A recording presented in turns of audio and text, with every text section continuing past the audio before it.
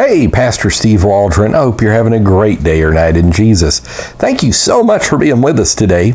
We're looking today at out-of-place fossils in the geological record and how this would be more proof for the flood and creation than it would be for gradual evolution.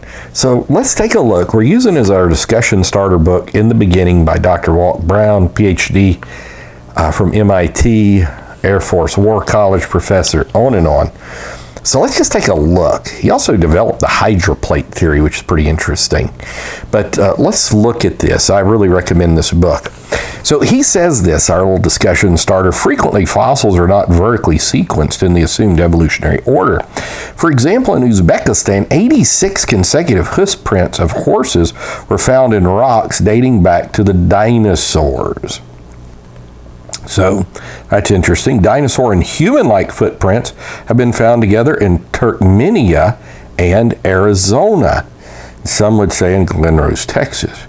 Sometimes land animals, flying animals, and marine animals are fossilized side by side in the same rock, which obviously would be more for a flood event than something, fossilization over thousands and tens of thousands and millions of years. Dinosaur, whale, elephant, horse, and many other fossils, plus crude human tools, have been reportedly found in phosphate beds in South Carolina.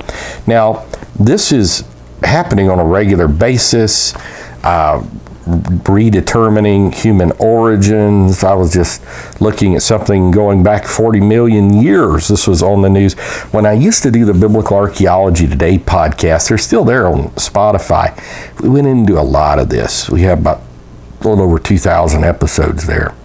Coal beds contained round black lumps called coal balls, some of which contained flowering plants that allegedly evolved 100 million years after the coal bed was formed. Now, he used to be an atheist, now he's a young earth creationist, so he's just giving what, general science says, not what the truth of the matter is per se. In the Grand Canyon in Venezuela and in Guyana, spores of ferns and pollen from flowering plants are found in Cambrian and Precambrian rocks deposited before life supposedly evolved. A leading authority on the Grand Canyon even published photographs of horse-like footprints visible in rocks that, according to the theory of evolution, predate hoofed animals by more than 100 million years. Other hoof prints are alongside 1,000 dinosaur footprints in Virginia. So what's supposed to happen when you find information that contradicts the current theory, you're supposed to readjust that theory. But what ends up happening so often is people try to cram everything into that one theory. Petrified trees in Arizona's Petrified Forest, which is a wonderful place, contain fossilized nests of bees and cocoons of wasps.